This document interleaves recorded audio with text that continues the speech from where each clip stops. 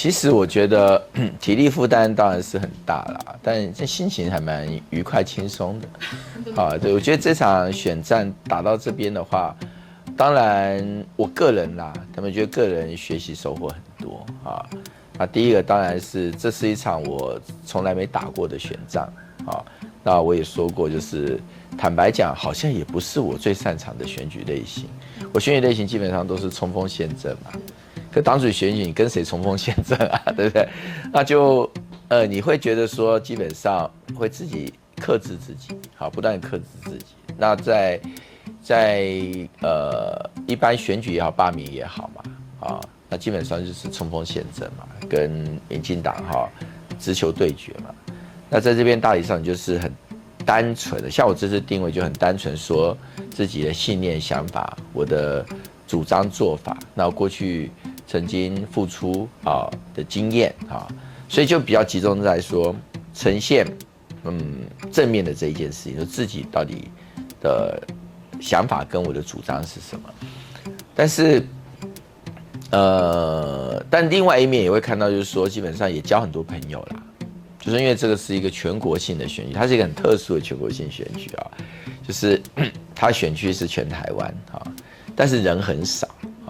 你现在国民党给的名册就33万份名册嘛但是非常散，打散在每个地方。严格来讲，你要找到这些党员也没那么容易，你一定要有地方的头人带你去，所以你就要交很多的朋友帮你那这次也确实还蛮多朋友帮的啦。那当然第三就是坦白讲，时间真的很仓促。我应该算里面几个候选人算是比较起步慢的，因为我一开始有受到那个资格被卡资格的影响嘛，然后一直到我刚开始拜票就经常一开始就是人家第一句话问我说你有资格吗？你就发现你就讲不下去了然后直到9月14号登记之后，那才是正式的选战开始。那你看，其实我就只剩1个月的时间。那有的候选人你看他已经跑了很久了，所以因此起步也是相对比较慢的那我觉得方法论大家大同小异啦，每个讲说要怎么去促成蓝白合，方法是一样的但是差别还是在人啦。所有事情最难的都不是事，最难永远是人你人如果说有限度人的这个放的位置不对，那基本上事就很难做那我在讲说机制大家都一样，我觉得很简化嘛，就3个：相互协调机制、公平执行机制，然后强者胜出然后一起赢得选举，大概就是这4部曲嘛那当然细部有些人做法主张会不太一样，但是大体上就是4部曲这4部曲就是我觉得每一个候选人提出的路径没有差别太大但是我这样回到就是还是人，它是人的差别，就是那为什么我就觉得外界普遍评价是我是目前6个主席参选人里面最有可能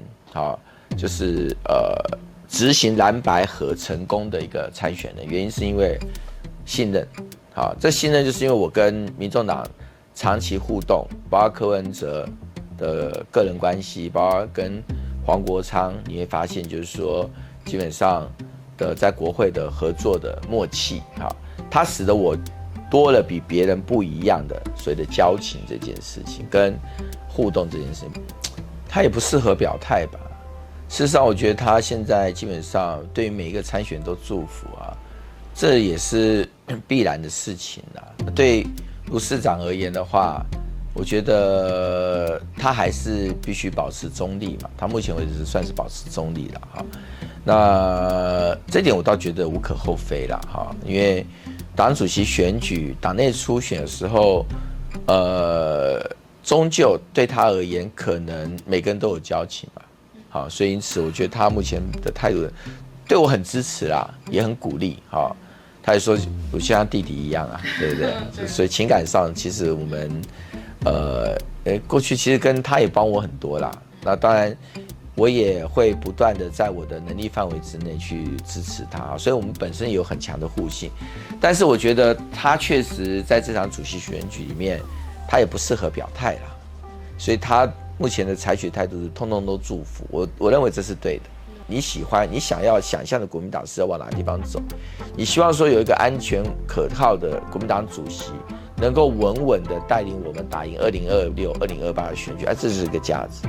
你希望我们有一个能够创造国民党新的改变、新的气象，吸引年轻人实现世代交替的国民党主席，它就是一个想象。可是这两个想象没有谁绝对对跟错，它都对。可是当这两个想象竞合出一个公约数的时候，这公约数很明显就是罗智强的时候，那请问你为什么不支持罗智强呢？好，所以我的接下来的所谓的叙事，叙述会集中在这个地方，因为我认为我的决战点在这个地方。最大公约数的想法，如果战胜了弃保，这样选举我会赢；但如果弃保战胜了最大公约数的想法，这样选战我就输。好，所以支持者如果能够坚定信念，你要走就是相信最大公约数的话，你勇敢的认爱，勇敢的投你喜欢的人的话，那这样党主席选举我会赢的。但是如果大家还是被这个堆高的价值对立往外面带走的话，那这样选举当然我就会面临比较大的挑战。